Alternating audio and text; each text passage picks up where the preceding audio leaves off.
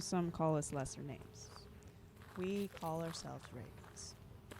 Should a noble or high-born warrior fall, for a fee, a raven will ensure a body returns home. The death mire of Ottawa should have been a raven's dream. For every warrior standing, dozens laid dead, piled together in towers and walls, taller than most men, thrown together as makeshift barriers between flights of arrows and desperate charges. Should have been a raven's dream. All three armies charged in, one after the other, slaughtering the last army to hold it. Ottawa, completely indefensible. Who would ever found a town in a pit between three mountains? Who would ever try to defend a town like this? Why? I don't know. But in the end, nobody was left to fight. They all laid dead. So they declared peace. Three great armies annihilated each other over a place like this. Idiots. Ottawa could have been a raven's dream. But I arrived a day too late. I passed several ravens on my way with their carts loaded down with the bodies of the wealthy, you know, the real trophies. They were piled so high the oxen's hooves kept sliding and clacking on the rocks, trying to get traction enough to tug their heavy carts over the ridge. Those ravens who left early, they were the lucky ones. And the nobility screwed the rest of us.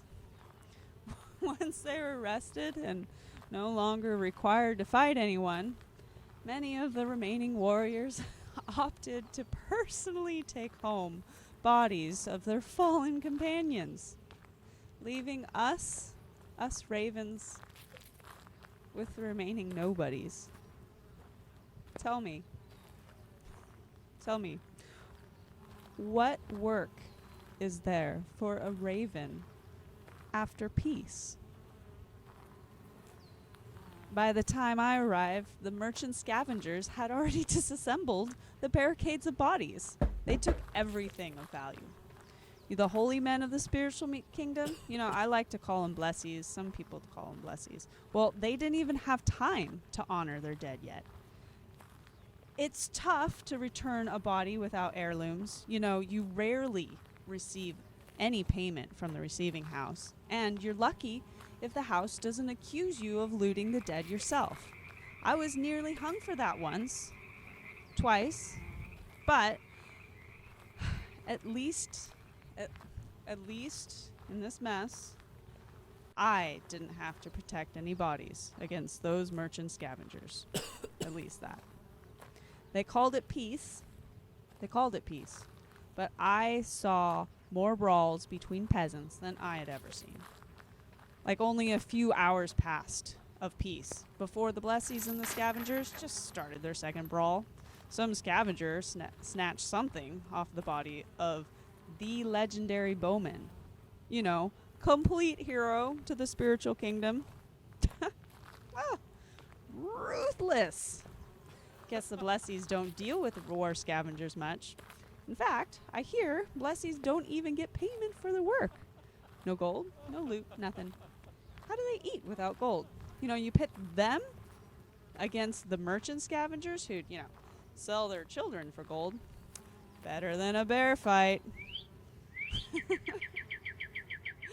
You know, the nobility expected us to joke it up jolly with each other, those ravens and hussies and scavengers from the other kingdoms, as if we didn't just all have a complete brawl, jabbing at one another with broken branches and cooking pots, as if we didn't just fight each other for the last 40 years.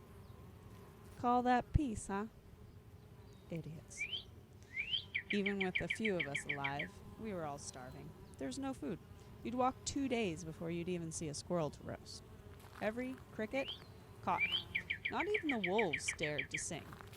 I'd fall asleep at night to the silence of maggots tunneling into the flesh, and would rise each morning to the chorus of hundreds of flies. Not even a frog chirped. I was screwed. You see, but luck kissed me on the cheek. I shoved through what bodies I could in the fields, looking for marks of nobility, missing ring fingers, empty jewel studs in the armor and such, when a former commission recognized me and ordered me to the royal tents. I nearly shot myself. I thought they'd change the rules of conduct on me again, new king and all. I thought somehow I'd broken the law. But instead, they promoted me. You see, my talents extend beyond the average raven. I can write. Yep. They call me the legacy liar. I write valiant death scrolls for commissions, enshrining noble deaths and brave deeds in ink, ensuring the dead's legacy lives on for future generations. I returned those scrolls home with their valiant body. I was set. Payment from both ends, the commission and the receiving house. And you know what? I am top of the line, the best of my profession, and a much better prose writer than that bastard Sam. He disgraces my profession with lies. I at least try to uncover the truth of a death and question other witnesses first before giving the tale an air of honor. Can't always do it, though, especially when everybody's dead. So, they gave me a title. Listen to this. Imagine me, a royal scribe. Royal scribe. Well, apparently, the former royal scribe, swept up in the vigor of avenging our former dead king, actually thought he could do so, and ended up beneath a pile of bodies. Now, I have his title, the Royal Record Keeper for Nowist. Only, I am to relinquish the title after I finish my work here. Thus far, though, I have recorded several warrior deaths from the grand houses, the families who rule whole regions of the kingdom.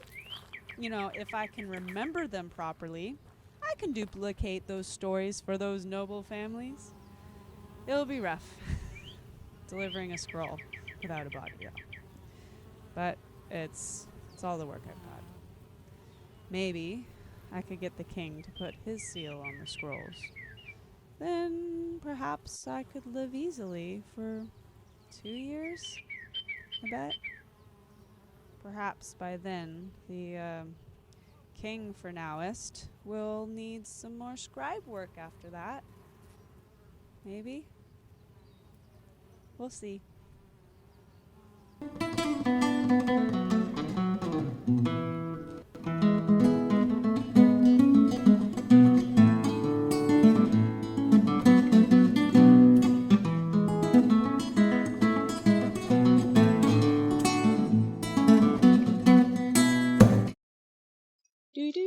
Hey Raven fans, help this story fly by subscribing to my YouTube channel, sharing this on Facebook, and of course, catch more of the story at kingdomsandcurses.com.